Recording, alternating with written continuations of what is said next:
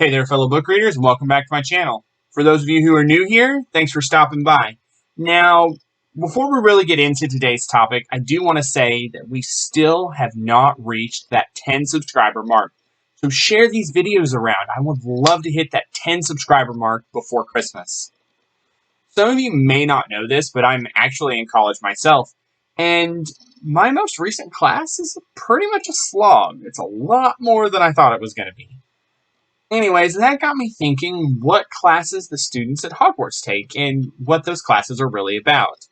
We all know the basic first year classes: Transfigurations, Charms, Potions, History of Magic, Defense Against the Dark Arts, Astronomy, and Herbology.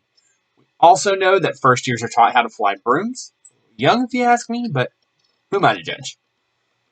We actually know quite a bit about all of these classes, though. The only class of these that's dropped is flying, and that's a pretty heavy load for 11-year-old kids. Like I said, we know about these classes because our main trio attends all of these classes at least once in the course of the first book. Now then, at the end of second year, students are given the ability to choose 2 elective classes. We know quite a bit about divination and care of magical creatures because we see those in the books, and they're taught by some of our favorite Hogwarts teachers. But what we don't know a whole lot about is arithmancy, Muggle studies, or the study of ancient ruins. And do we really want to know more about them? I don't know, but I'm going to tell you anyways. By name alone, you could assume that arithmancy is just about math and, adding and subtracting, but it's actually more than that. It's way more than that. It's the study of numbers, and eventually they use what they learn to potentially predict the future using those numbers and past events, which is pretty cool if you ask me.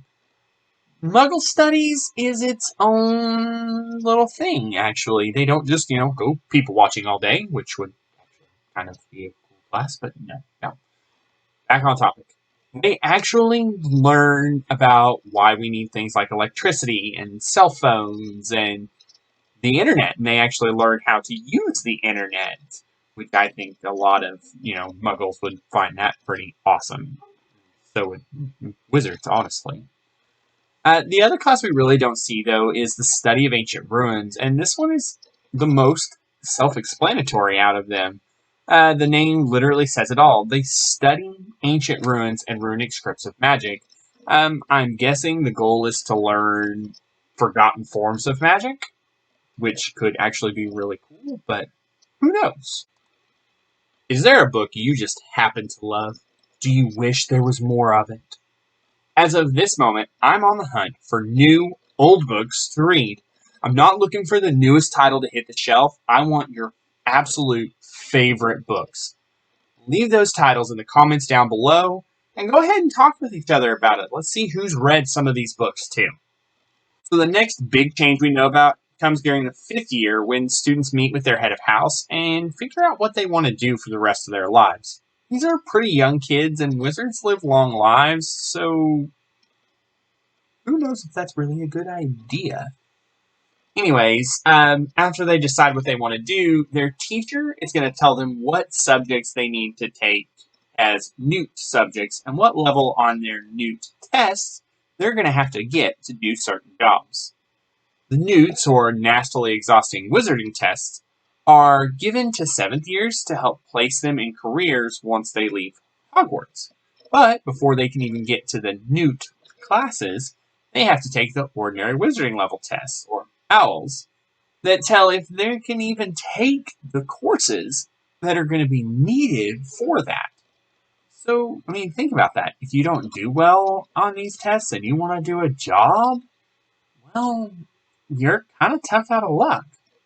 But on the opposite side, if you don't do well, then you don't have to take the class, and that's a little bit more time to focus on what you do want to focus on. So, who doesn't want part of a day off, right? Anyways, between the OWLs and the Newts, students actually get to learn apparition. And they pay a small fee of 12 galleons, and then they take a 12-week course.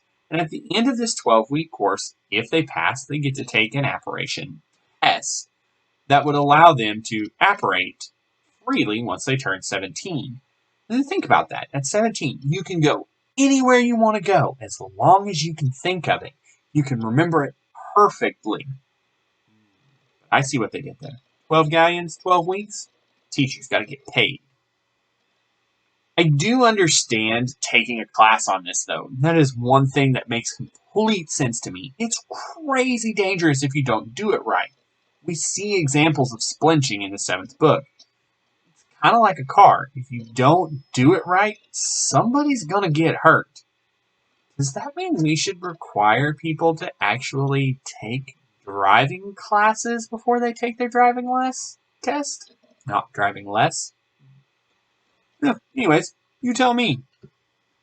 We do know that there are a few other classes, but we don't really know the requirements for taking them or what years they're even offered, and some of them aren't even offered all the time. Two of the classes we know for sure are alchemy, that's mentioned by Slughorn, and we actually see a small image of ghoul studies on the Marauders map in the second movie, which is pretty cool. And the only other real thing to mention here is that 7th year is completely optional for wizards. Once they're 17, they don't have to go to school anymore at all if they don't want to. Question though, what kind of jobs are there for wizarding school dropouts? Not everyone can run a famous joke shop.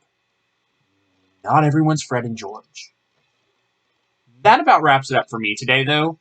We only have one little tidbit of information left. We haven't hit the subscriber mark for Harry Potter and the Cursed Child. So hit that subscribe button, and then hit the like button.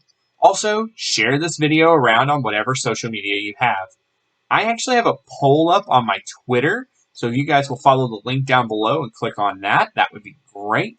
That will decide what Harry Potter food I will be making next week on my channel. The link is in the description down below. Anyways, that's all for me. Go read a book.